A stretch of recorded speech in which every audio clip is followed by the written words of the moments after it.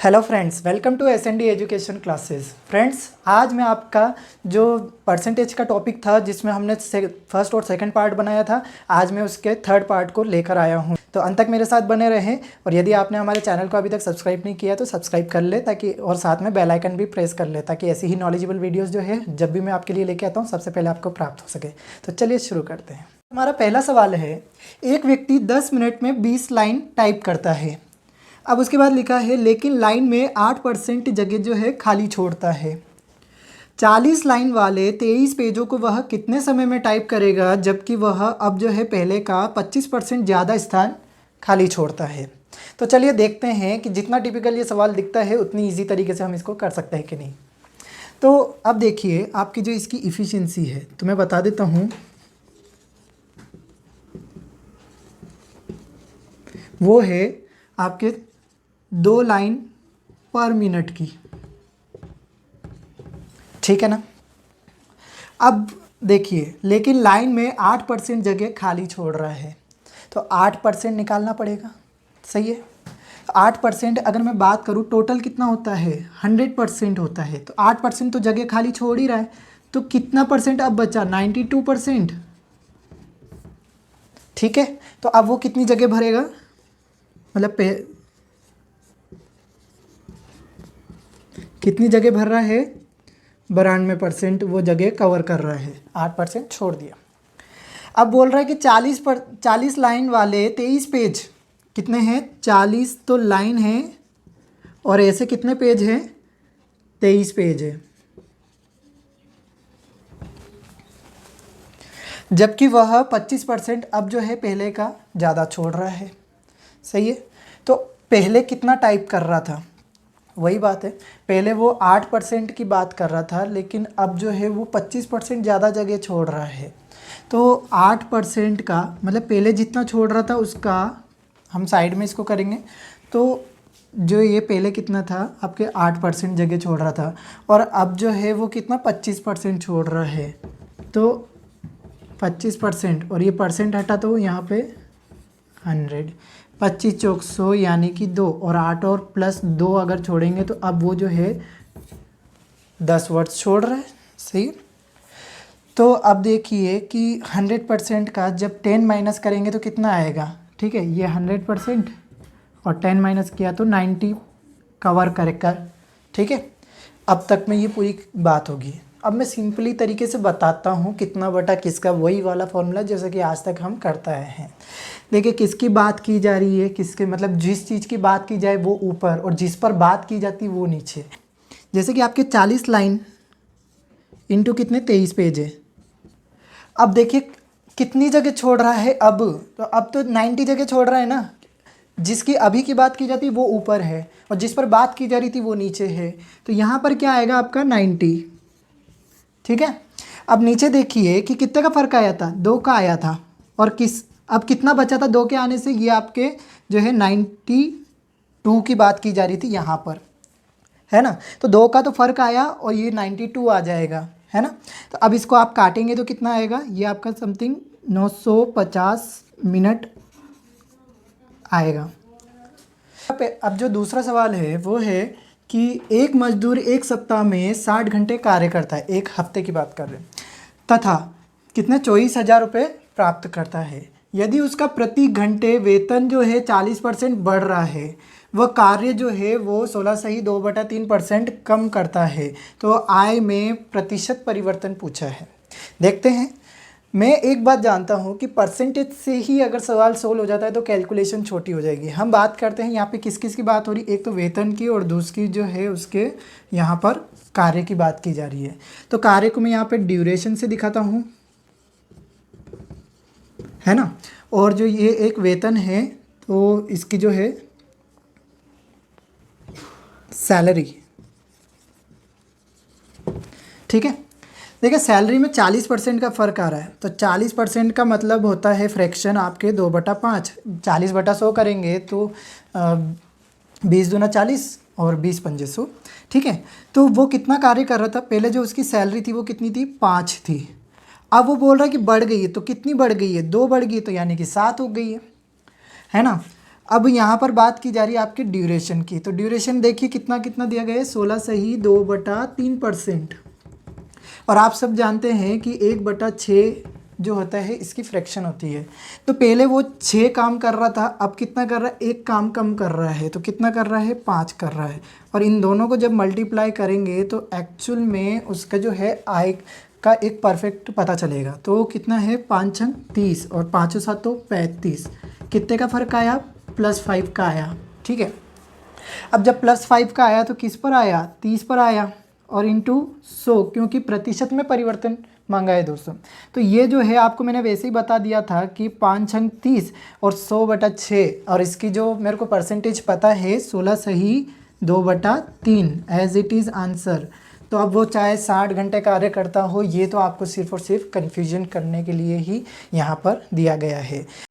So friends, आपका जो तीसरा सवाल है वो ये है कि एक फैक्ट्री में काम करने की मात्रा जो है 50% बढ़ गई है, तो आदमी की संख्या में कितने प्रतिशत की वृद्धि की जाए कि काम उतने ही समय में पूर्ण हो जाए तथा नए मजदूरों की कार्यक्षमता पुराने से कितने 25% दी गई है। दोस्तों देखो, कन्फ्यूजन बहुत होते हैं ऐसे सवालों में, लेकिन एक बात ध्यान रखिए, अगर आप परसेंटेज से अगर खेलना सीख गए ना तो कोई दिक्कत नहीं है। अभी देखिएगा 2 सेकंड के अंदर आपके ये सवाल सोल्व होगा।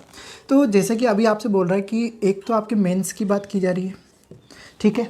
अब इसके बाद में पुराना आदमी है और एक नए आदमी की बात की जा रही है ना। अब देखिए आपके क्या बोल रहे हैं, कार्य क्षमता की बात कर रहे हैं। मान लीजिए कि आपके आदमी तो आपको बताया नहीं है, तो मैं क्या एज्यूम करता हूँ, यहाँ पे 100 आदमी की बात कर रहे हैं, परसेंटेज है 100 से बहुत आसान हो जाता है। अब उसने क्या बोला, पुराने आदमी से जो है आपके 25% ज़्यादा है इफ़िशियंसी। तो कितने है, 25% की बात करी ना, 25% का मतलब होता है 1/4 फ्रैक्शन, है ना। तो पहले कितने आदमी थे, 4 थे। अब वो बोल रहे हैं कि ज़्यादा है, तो कितनी ज़्यादा है, 1 ज़्यादा है, तो कितना हो गया, 5 हो गया, है ना। अब जबकि आपके 100 आदमी की अगर बात करते हैं, अब ये थोड़ा सा नए वाले को भूल जाइए, अब यहाँ पर हम थोड़ा सा वर्क देख लेते हैं, कितना वर्क हो रहा है ना। तो आपके जो वर्क होता है तो कितने के बराबर हो रहा है, 400 के बराबर। मतलब पहले कितने थे, 100 आदमी थे और 4 आदमी लगे हुए थे, तो कितना कार्य हो रहा था, 400 हो रहा था। अब ये बोल के कि भाई आपसे बोला गया है कि 25% ज़्यादा है, तो 4 से 1 ही तो ज़्यादा आ रहा है ना। तो इफ़िशियंसी कितनी हो गई, ये नए आदमी की कितनी हो गई, मीन्स जो न्यू है ना। मैं यहाँ लिख देता हूँ आपके ओल्ड वर्सेस यहाँ पर आपके न्यू। तो पहले 4 आदमी थे और अब कितने हो गए, 5 हो चुके हैं। तो हम पहले 4 पे निकाल लें तो 4।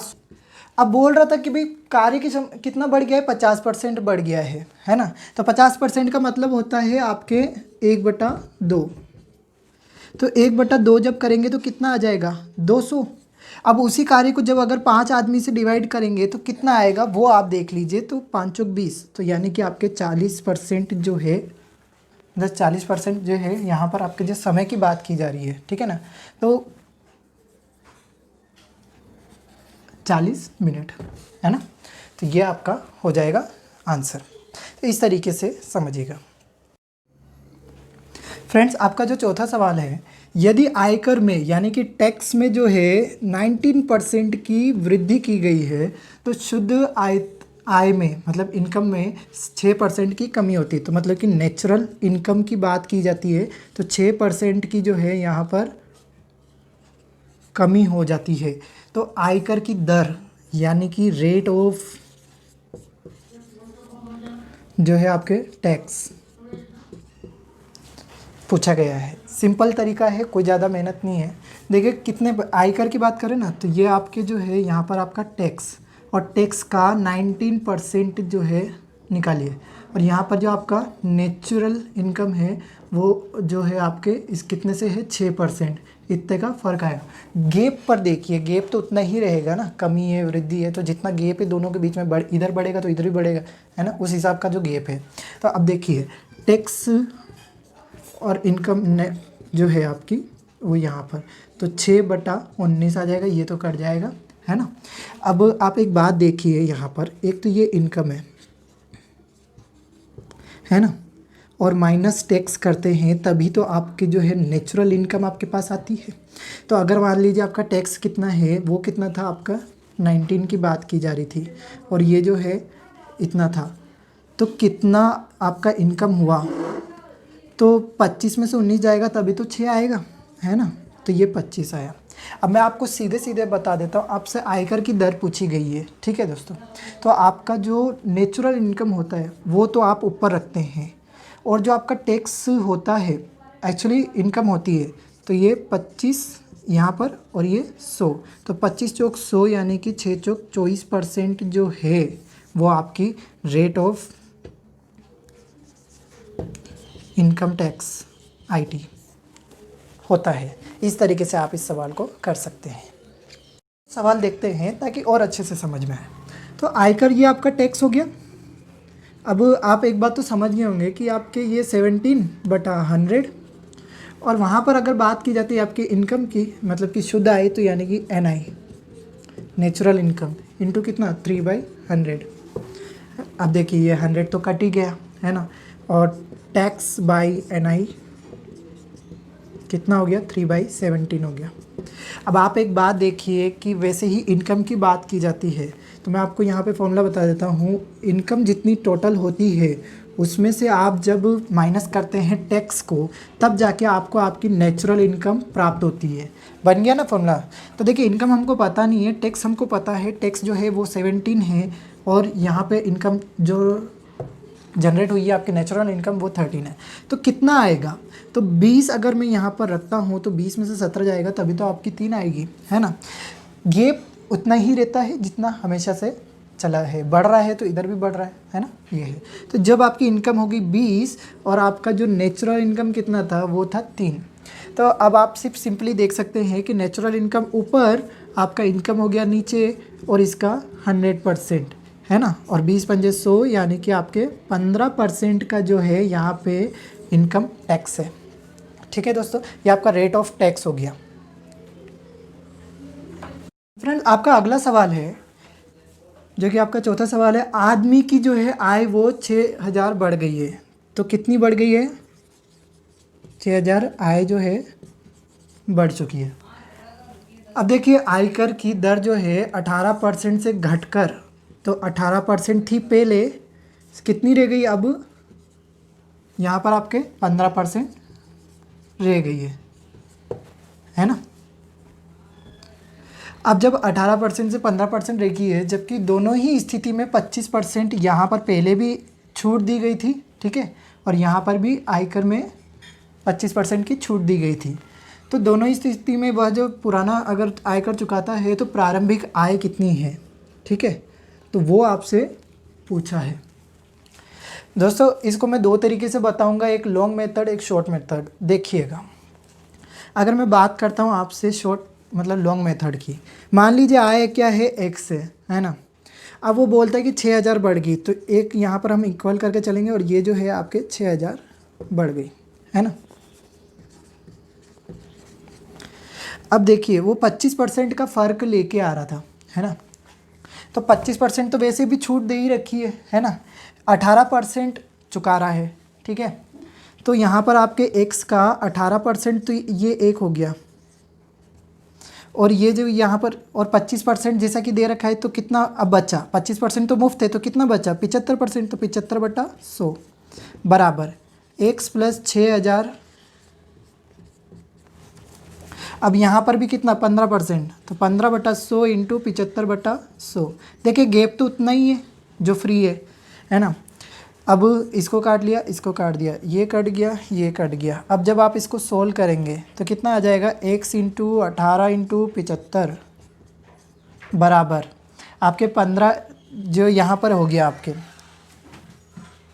तो दोस्तों आपका ये x इंटू 18 इंटू 75, और इधर कितना आ गया आपके, जो कि 15x है ना, गुणा में है, प्लस 6 पंजे 15 छिंग 90,000 इंटू 75 तो है ही है। अब आप एक देखिए x वाले को इधर कर देंगे, है ना, और तो ये तो 18x हो जाएगा। इसको भी आप इस तरीके से लिख सकते हैं, 18 में से 15 गया तो 3x बचा, और ये 75 को अब मैं इधर भेज दूंगा, तो 75 से 75 कैंसिल आउट हो जाएगा, कितना आएगा 90,000। तो x की वैल्यू कितनी आ गई 30,000। अब इतना लॉन्ग मेथड करने के लिए टाइम कहाँ है भाई साहब, वो तो आपको नहीं मिलेगा ना एग्ज़ाम, वहाँ पे कंपटीशन लगा हुआ है। तो इसलिए हम जो है अब एक सेकंड मेथड देखते हैं, बहुत ईजीएस्ट है। अब देखिए मैं एक नया तरीका बता देता हूँ। आप सिंपली ये रखिए कि जैसे कि यहाँ पर आपका कितना आ रहा था x, है ना, ये आपका x हो गया और एक आपका हो गया x इंटू एक्स प्लस, है ना, ये आपकी इनकम है। मैं बता देता हूँ, यहाँ माना था हमने इनकम, ठीक है, आय। अब ये x की बात हो गई दोस्तों। आप देखिए 18% से 15% रह गया था ना, मतलब घट गया था ना, कितने का फ़र्क आया, 3 का आया। तो x इंटू 3/100 कर दीजिए, है ना। अब इधर क्या रह गया, अब तो 6000 की बात रह गई ना, ठीक है। तो यहाँ पर जो आपके 6000 आया, है ना, तो वो जो है आपके अब कितने से रह जाएगा, 15% रह गया ना, तो 15% निकाल दीजिए 6000 का। तो ये तो कैंसिल हो गया, 3 से ये 5 बार चल गया और x की वैल्यू कितनी आ गई, 5 × 30 हो गया सवाल सॉल्व। तरीका हो गया ना। देखिए ये इस तरीके से अगर आप करेंगे तो बहुत इजी हो जाता है, नहीं है तो लॉन्ग मेथड चॉइस आपकी है।